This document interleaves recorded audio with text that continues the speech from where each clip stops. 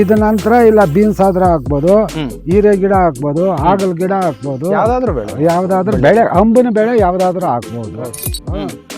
ಕಿವಿಗಳ ಕೊಂಬುಗಳು ಬರೀ ಇದು ಅಂತ ನಾವು ವಯಸ್ಸಾದವ್ರಿಗೆ ಅಷ್ಟು ಈಗ ತಿಳುವಳಿಕೆ ಬರಲ್ಲ.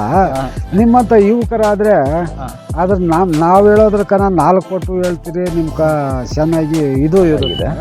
ಸೊ ಈ ರೀತಿ ಆದಾಗ ಏನಪ್ಪಾ ಆಗುತ್ತೆ ಅಂತ ಹೇಳಿದ್ರೆ ಒಂದು ಗಿಡದಿಂದ ಇನ್ನೊಂದು ಗಿಡಕ್ಕೆ ಸ್ಪ್ರೆಡ್ ಆಗೋದಕ್ಕೆ ತುಂಬಾ ಚಾನ್ಸಸ್ ಇದೆ. ಆ ಗಿಡ ತೆಗೆದು ಬಿಡ್ಬೇಕು.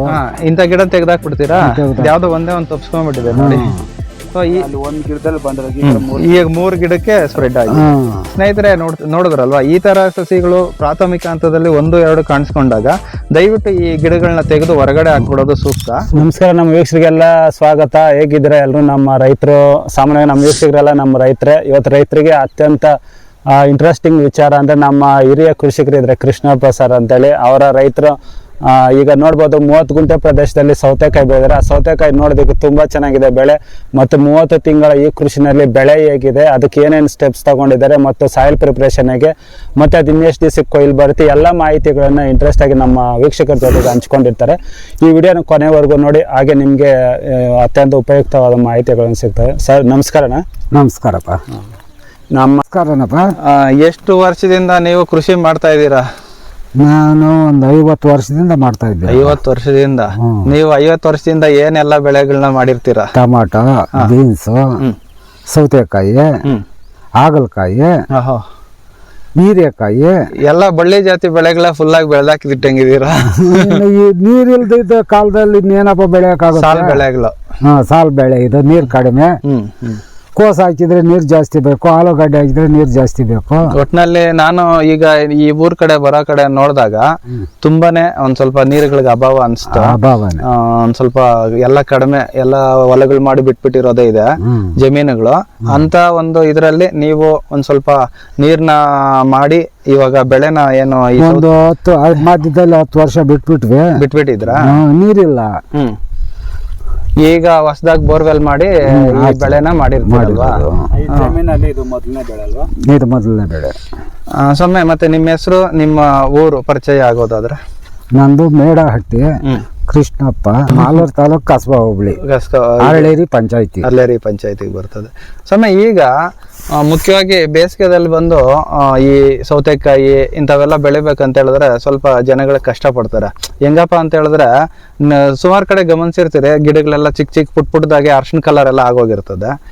ಇದನ್ನ ಕಂಟ್ರೋಲ್ ಅಲ್ಲಿ ಇಟ್ಕೊಂಡು ಮಾಡೋದಕ್ಕೆ ಏನ್ ಸಮಯ ಮಾಡ್ತೀರಾ ನೀವು?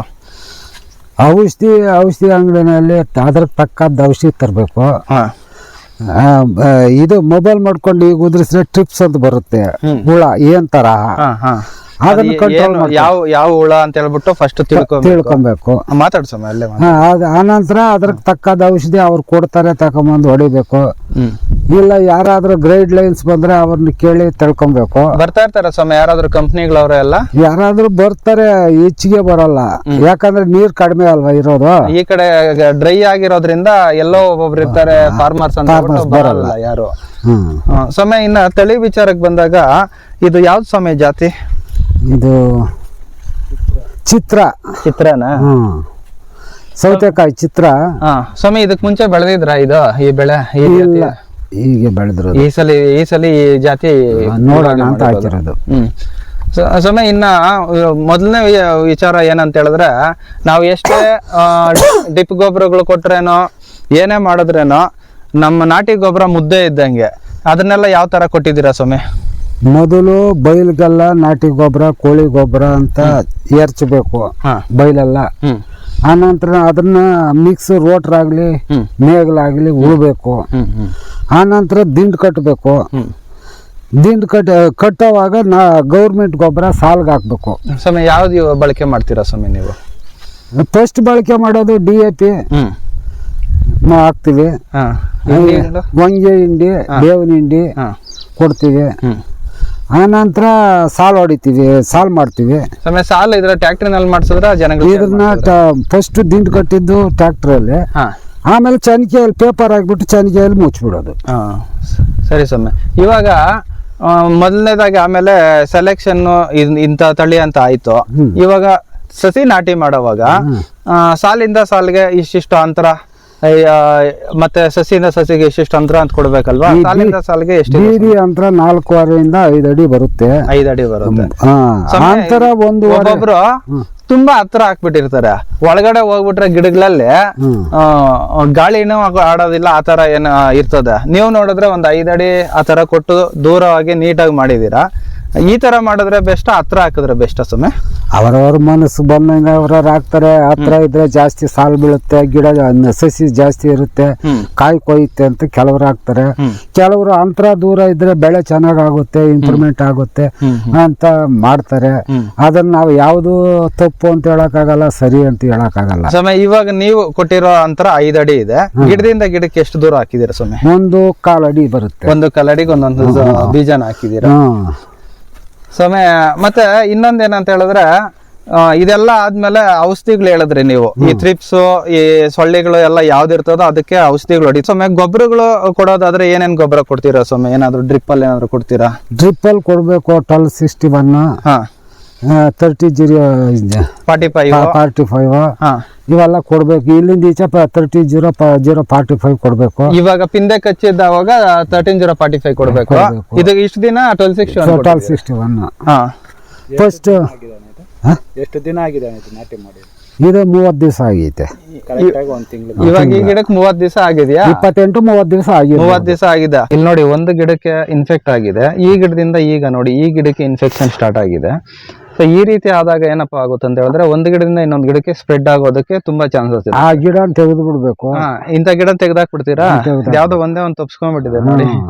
ಸೊ ಒಂದ್ ಗಿಡದಲ್ಲಿ ಬಂದ್ರೆ ಈಗ 3 ಗಿಡಕ್ಕೆ ಸ್ಪ್ರೆಡ್ ಆಗಿದೆ. ಸ್ನೇಹಿತರೆ, ನೋಡಿದ್ರಲ್ವಾ, ಈ ತರ ಸಸಿಗಳು ಪ್ರಾಥಮಿಕ ಹಂತದಲ್ಲಿ 1-2 ಕಾಣಿಸ್ಕೊಂಡಾಗ ದಯವಿಟ್ಟು ಈ ಗಿಡಗಳನ್ನ ತೆಗೆದು ಹೊರಗಡೆ ಹಾಕ್ಬಿಡೋದು ಸೂಕ್ತ. ಇಲ್ಲ ಅಂತ ಹೇಳಿದ್ರೆ ಅಕಸ್ಮಾತ್ ಏನಾದ್ರು ನಿಮಗೆ ಗೊತ್ತಿಲ್ಲದೆ ಏನಾದ್ರು ಎಲ್ಲಾದ್ರೂ ಇದ್ರೇನು ಅಷ್ಟೇ, ನೀವು ರಸ ಹೀರೋ ಕೀಟಗಳನ್ನ ಮೂಲದಲ್ಲಿ ಹತೋಟಿಯಲ್ಲಿ ಇಟ್ಕೊಂಡ್ರೆ ಖಂಡಿತ ಇದನ್ನ ಕಂಟ್ರೋಲ್ ಅಲ್ಲಿ ಇಟ್ಕೋಬಹುದು. ಇಲ್ಲ ಅಂತ ಹೇಳಿದ್ರೆ 1 ಗಿಡಕ್ಕೆ ಮೇಯ್ತಾ ಗಿಡ ಅನ್ನೋದು ಒಂದ್ ಸ್ವಲ್ಪ ಏನಾಗುತ್ತೆ, ರೋಗಕ್ಕೆ ಮತ್ತೆ ವೈರಸ್ಗೆ ಆಸ್ಪದ ಆಗುತ್ತೆ. ಸೊ ಇದೊಂದು ಮಾಹಿತಿ. ಮತ್ತೆ ಸಮಯ ಇನ್ನು ಇಳುವರಿಗಳು ವಿಚಾರಕ್ಕೆ ಬಂದಾಗ ಏನಾದ್ರು ಒಂದು ಐಡಿಯಾ ಇದೆಯಾ? ಒಂದ್ ಎಕರೆ ಸೌತೆಕಾಯಿ ಮಾಡಿದ್ರೆ ಇಷ್ಟು ಟನ್ ಬರುತ್ತೆ ಅಂತ ಏನಾದ್ರು ನಿಮ್ಮ ಸರ್ವಿಸ್ ಅಲ್ಲಿ? 1 ಎಕರೆ ಮಾಡಿದ್ರೆ ಅದು ಇಷ್ಟಂತ ಹೇಳಕ್ಕಾಗಲ್ಲ. ಈ ಬೇಸಿಗೆ ಕಾಲದಲ್ಲಿ, ಮಳೆಗಾಲದಲ್ಲಿ ಬೇಕಾದ್ರೆ ಹೇಳ್ಬೋದು. ಹೇಳಿ ಸ್ವಾಮಿ, ಮಳೆಗಾಲದ್ದೇ ಒಂದು ಅಂದಾಜು ಎಷ್ಟು ತೆಗೆದಿರ್ಬೋದು ನೀವು? ಒಂದು ಮಳೆಗಾಲದಲ್ಲಿ 20 ಟನ್ ಬೆಳಿಬಹುದು. 20 ಟನ್ ಎಕರೆಗೆ? ಖಂಡಿತ ಸ್ವಾಮಿ. ಯಾಕಂತ ಹೇಳಿದ್ರೆ ಸುಮಾರು ಜನ ನಾವು ಪುಟ್ಟ ರೈತರನ್ನ ಅವ್ರನ್ನ ಮಾಡಿರ್ತೀರಿ. ಸೀನಿಯರ್ನ ಇವತ್ತು ಒಂದು ಚೆನ್ನಾಗಿ ಎಕ್ಸ್ಪೀರಿಯನ್ಸ್ ಇರೋರ್ನ ಇವತ್ತೇ ಮಾಡ್ತಾ ಇರೋದು. ಮತ್ತೆ ಸೊಮ್ಮೆ ಈ ಕಡ್ಡಿಗಳು ಎಲ್ಲ ಬಂದು ಹೊಸದಾಗಿ ಮಾಡಿದಿರ ಸೊಮ್ಮೆ ಕಡ್ಡಿಗಳು? ಏನ್ ರೇಟ್ ಬಿತ್ತು ಸೊಮ್ಮೆ ಕಡ್ಡಿಗಳು? ಕಡ್ಡಿ 38 ರೂಪಾಯಿ ಬಿತ್ತು. 38 ರೂಪಾಯಿ ಡೆಲಿವರಿನಾ? ಡೆಲಿವರಿ.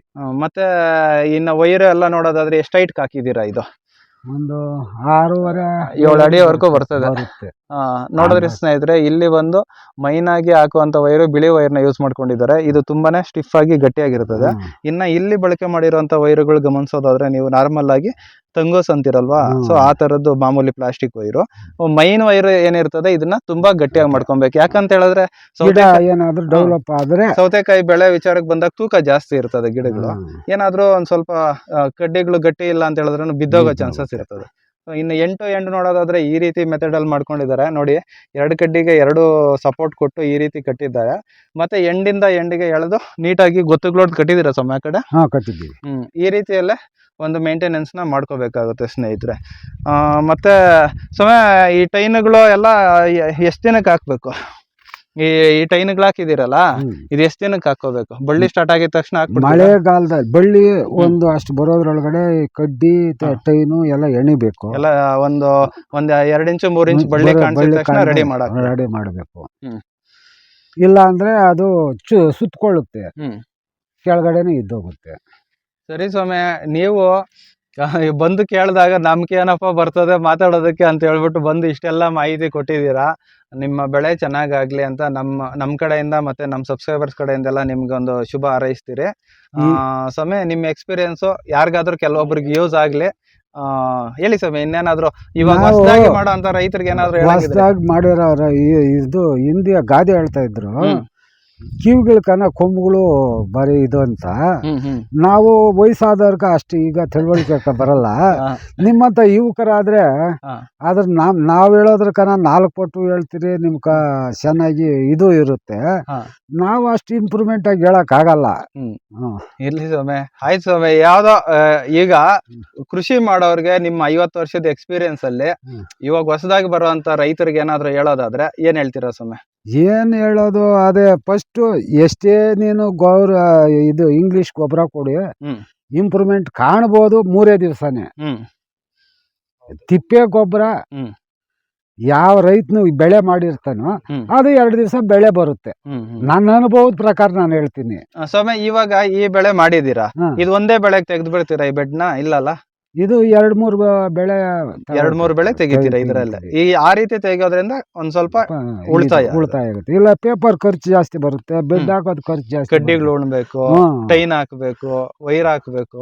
ಇದ ನಂತರ ಇಲ್ಲ ಬೀನ್ಸ್ ಆದ್ರೆ ಹಾಕ್ಬೋದು, ಹೀರೆ ಗಿಡ ಹಾಕ್ಬೋದು, ಆಗಲ್ ಗಿಡ ಹಾಕ್ಬೋದು, ಯಾವ್ದಾದ್ರು ಬೆಳೆ ಅಂಬಿನ ಬೆಳೆ ಯಾವ್ದಾದ್ರು ಹಾಕ್ಬೋದು ಅಂತ. ಸ್ವಾಮಿ, ಒಟ್ನಲ್ಲಿ ಬಿಸಿಲಾಗ್ ಬಂದು ನಿಮ್ಗೇನು ತೊಂದರೆ ಕೊಟ್ಟಿಲ್ಲ. ಬಿಸಿಲಲ್ಲಿ ನಿಮ್ಮ ಮಾಹಿತಿ ತುಂಬಾ ಇಂಟ್ರೆಸ್ಟಿಂಗ್ ಆಗಿತ್ತು. ನಮ್ ಕಡೆಯಿಂದ ಧನ್ಯವಾದಗಳು ಸ್ವಾಮಿ ನಿಮ್ಗೆ.